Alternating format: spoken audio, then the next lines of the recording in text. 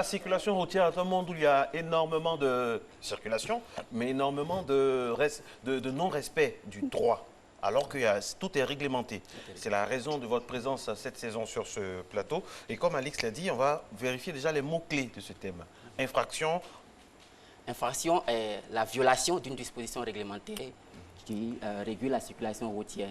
Chaque fois que vous enfreignez un code, une disposition, un texte de loi, vous êtes en infraction. Ici, c'est employé dans le sens, au sens pénal, c'est-à-dire une infraction qui va être punie d'une peine d'emprisonnement ou d'une amende. On va commencer par les infractions. On peut en faire une liste. Quelles sont les différentes catégories d'infractions? Généralement, on me demande si, à la suite d'un accident, s'il y a coup et blessure, ou si le pied est arrivé, il y a mort d'homme, est-ce qu'on va en prison? Je réponds bien souvent que oui, on va en prison. C'est un homicide involontaire. Exactement, et coup et blessure involontaire. Et même on va en prison pour bien moins que ça en matière de circulation routière. Ah bon? Généralement, les gens pensent que l'alcool au volant est une contravention, comme ça se fait dans d'autres pays. Chez nous aussi, c'est un délit qui est puni d'une peine d'emprisonnement qui va de 2 mois à 12 mois. Qui est puni chez nous, c'est un délit. C'est un délit. C'est-à-dire qu'il y a une sanction probable d'emprisonnement derrière. Comment on fait techniquement pour attraper, pour capturer des gens qui sont ivres au volant? Dans la Côte d'Ivoire que nous connaissons. Dans la Côte d'Ivoire que nous connaissons, c'est vrai. Les dispositions du code de la route imposent des textes. L'agent, la police... Est-ce que nos policiers sont dotés d'alcool? D'éthylotest. Malheureusement, je n'ai pas encore vu d'éthylotest, mais le test peut être physique. Le policier peut... Et quelles sont les méthodes, la méthodologie pour... Si on arrive à tenir le bras... Si on marche régulièrement, si on arrive à pointer le bout de son nez facilement, si on répond sans balbutier à certaines questions.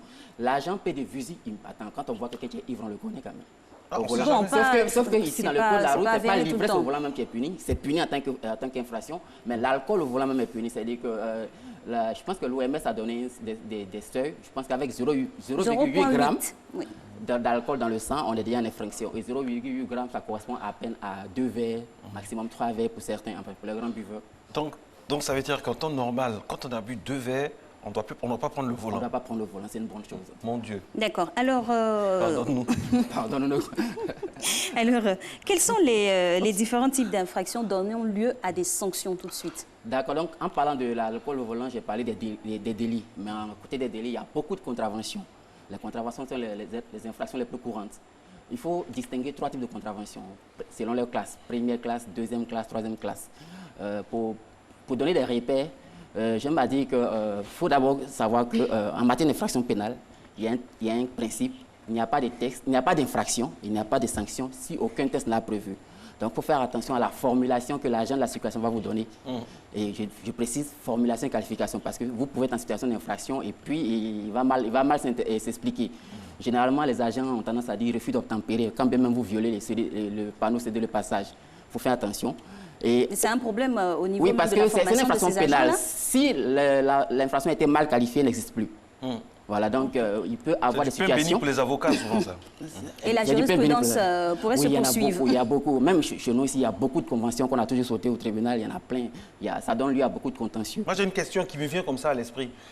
C'est aussi valable pour les usagers que pour les agents de la circulation. Par exemple, quand un policier, quelqu'un qui est chargé de gérer la circulation, est au téléphone pendant que la circulation est dense, qu'est-ce qu'on peut faire là? Est-ce qu'il y a une réglementation? On peut appeler sa hiérarchie pour signaler cela? Évidemment. Parce que, la dénonciation? Oui, c'est vrai que depuis un moment, on constate qu'on a des agents qui sont en panne d'autorité, ils ne savent pas quoi faire, c'est vrai. Mais quand l'agent est en circulation, il a des dispositions qui sont réglementées. On était habitué à l'agent de dos, on passe pas à l'agent de face. C'est ça la posture à adopter sur la circulation. Ce n'est pas être en train de téléphoner.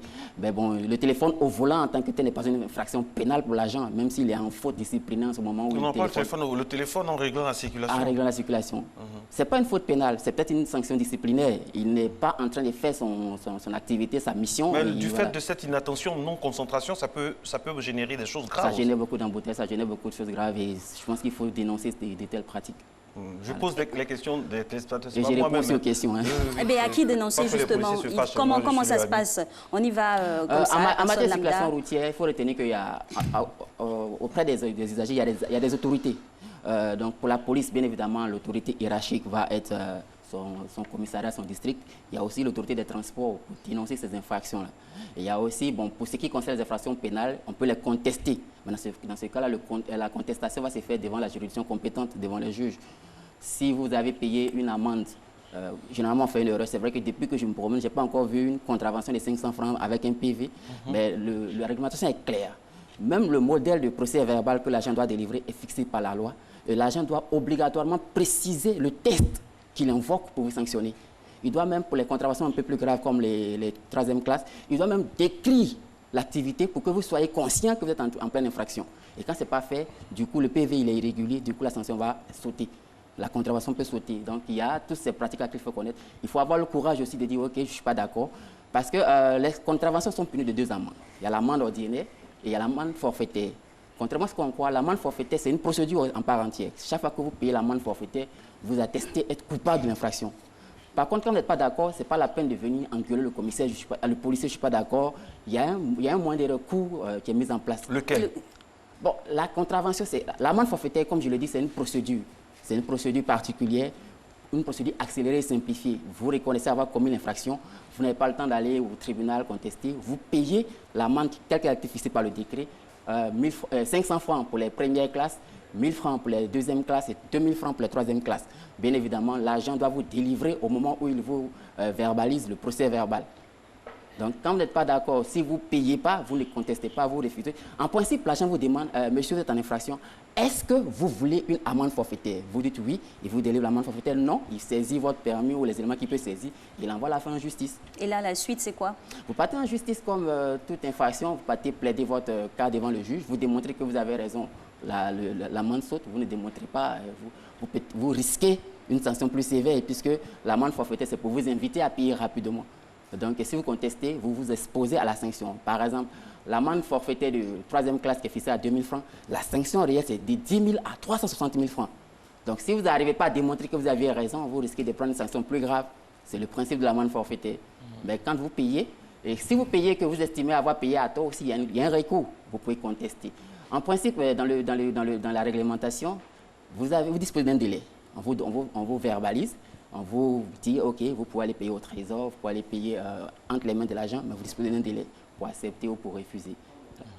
Alors, Et au niveau des radars, c'est un dispositif particulier ou bien au niveau du stationnement par rapport aux sociétés de transport? Parfois, on entend des sommes, 22 000, 25 000. Est-ce que tout ça, c'est réglementé? Tout est réglementé. Comme j'ai dit, la contravention, quand on dit, je prends les 22 000, dans la contravention de 22 000, le stationnement interdit est une contravention de 3e classe. Donc, l'amende forfaitaire est de 2 000. D'accord. Normalement, c'est 2 000. Normalement, c'est 2 000. CFA. C'est même pas normalement, obligatoirement, c'est 2 000. Obligatoirement, c'est 2 000. Ça, c'est sur le plateau de Matin Bonheur. Il ne peut pas être réduit. C'est la réglementation ivoirienne. Sur le plateau de Matin Bonheur, c'est 2 000. Mais dans la circulation, est-ce que vous êtes sûr que c'est 2 000? Bon, ça dépend de comment vous discutez avec celui qui est en face de vous pour payer plus. Donc, dans cela aussi, il y a un marchandage. Voilà, En principe, il n'y a même pas de marchandises, puisque c'est l'officier de police judiciaire qui va peut-être dans le cadre d'une transaction qui est officielle, qui est reconnue, qu'on négociera. Mais bon, là... Il a mandat pour pouvoir négocier comme ça? Non, en principe, non. Pour l'amende forfaitaire, il n'a aucun mandat. Il va faire la comptabilité aussi, je ne sais pas. Mais là, je ne sais pas pourquoi il va à 22 000. Par exemple, les 22 000 peuvent être aussi justifiés par le fait que la mise en fourrière est une sanction pénale. Maintenant, la mise en fourrière est réglementée aussi. Il y a des tarifs homologués, donc ça ne se discute pas. Maintenant, pourquoi ils fixent 22 000, ils ont leur explication. Je me rappelle qu'une fois, on m'a même tendu une facture normalisée. J'étais surpris. Là où je m'attendais à recevoir un PV pour avoir enfin une obligation. Enfin, une obligation. À vous aussi? Ça m'est arrivé. Pour le dire, j'ai compris. Pourquoi le cordonnier? On n'a pas besoin d'être juriste pour pouvoir comprendre comment conduire en Côte d'Ivoire. Alors, monsieur Ekou, dites-nous, quelles sont les infractions qualifiées de délit et quelle est, on va dire, la procédure qui s'applique dans ces cas-là? L'infraction qualifiée de délit sont des infractions un peu plus graves. Tout à l'heure, la cité l'homicide au volet, la cité le coups et blessures. J'ai parlé de l'alcool au volant. On connaît bien le célèbre délit de fuite. Okay. Voilà, c'est un peu ça. Donc, c'est toute infraction qui va être punie de plus de 2 ans d'emprisonnement jusqu'à 10 ans d'emprisonnement. Et comme je dis, il n'y a pas d'infraction, il n'y a pas de peine sans texte, donc c'est listé. Il y a des infractions qu'on a tendance à banaliser qui sont graves. Par exemple, les surchats des passagers sont des délits. Il y a des infractions qu'on a tendance à banaliser aussi qui sont assez graves des délits. C'est le défaut d'assurance. J'en connais qui sont encore en train de croupir dans les géoles parce qu'ils ont omis de payer l'assurance pour les sociétés de transport. Il y a plusieurs infractions comme ça, la liste est assez longue. C'est les infractions en matière de contravention qui sont suffisamment réglementées. Par exemple, le code identifie environ 24-25 contraventions de 3e classe. En dehors, on n'est plus dans une contravention de 3e classe. Monsieur Ekou, c'est vrai qu'il faut qu'on le dise ici. On a perdu un proche, des amis, des gens qu'on connaît par rapport à l'alcool. À quand vous qui êtes versé dans les arcanes du milieu de la circulation routière, à quand des éthylotests réglementaires, homologués dans notre pays? Parce que l'alcool, vraiment, fait trop de dégâts. J'ai les mêmes chagrins, j'ai les mêmes peines parce que des fois, je vois des amis qui sont policiers qui osent aller boire avec d'autres amis policiers. Moi, j'ai été témoin d'une scène ce samedi qui m'a choqué. Une personne, je veux dire une personnalité qui était en état d'ébriété très avancé et qu'on a dû conduire chez je veux dire, bon... Oui, je suis d'accord avec vous. Quelqu'un qui sort seul comme ça, il n'y a pas un policier pour la répondre, un alcotest, c'est dangereux.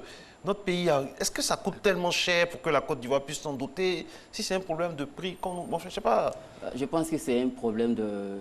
À mon avis, ça n'engage que moi parce que je pense qu'il doit y avoir des autorités bien placées pour répondre. Ça ne coûte pas vraiment grand-chose d'avoir des éthylotestes dans les véhicules. Certaines réglementations ont même imposé à l'usager d'avoir son propre éthylotest dans sa voiture, dans d'autres pays. Donc, on pourrait trouver les moyens pour sauver des vies, parce qu'il y a des équipements obligatoires dans un véhicule. La cinquième roue, l'inspecteur. On pourrait même... triangle. Je ne vais pas mettre des charges supplémentaires, des frais supplémentaires à la charge des usagers, mais je pense que pour cette logique-là, parce qu'on a trop d'Ivoiriens qui pensent qu'on peut conduire parce qu'on est... Il dit non, je ne suis pas sous. Ce que je veux qu'on retienne, et ça rentre dans les mœurs. On trouve ça normal. Et le monsieur ou la dame va seul, sans accompagner. C'est-à-dire, dans d'autres pays, par exemple, vous savez, il y a toujours une personne dans le groupe qui ne boit pas. Ça, c'était à l'époque, quand on était jeune, quand on sortait, il y avait une personne, la personne qui ne boit pas, qui conduit tout le monde. Mais de plus en plus, les personnes vont seules. Et tout le monde s'alcoolise. Tout le monde s'alcoolise, tout le monde roule, au mépris même des règles fondamentales de protection. Je suis d'accord avec vous. Je pense qu'on a été suffisamment léger sur ce sujet-là. Il faut vraiment prendre les taureaux par les cornes. Il faut peut-être éviter, il faut peut-être suivre de très près ces chauffards-là, parce que c'est, comme je l'ai dit, on a constaté que 0,8 g dans le sang vous fait perdre totalement confiance en vous, ou bien vous fait perdre la réalité, parce qu'il faut moins d'une seconde pour réagir au volant en vue de sauver une vie. Le réflexe est très important. Oui, exactement. Merci beaucoup, Monsieur Kou. Merci beaucoup. On aura, rassurez-vous, ce réflexe-là d'être toujours avec vous le lundi pour nous donner ce qu'il faut avoir comme information concernant la circulation routière. Merci infiniment et nous souhaitons une très très bonne journée, une très bonne semaine. Pareillement, bon réveil à tout le monde. Merci beaucoup et puis belle journée.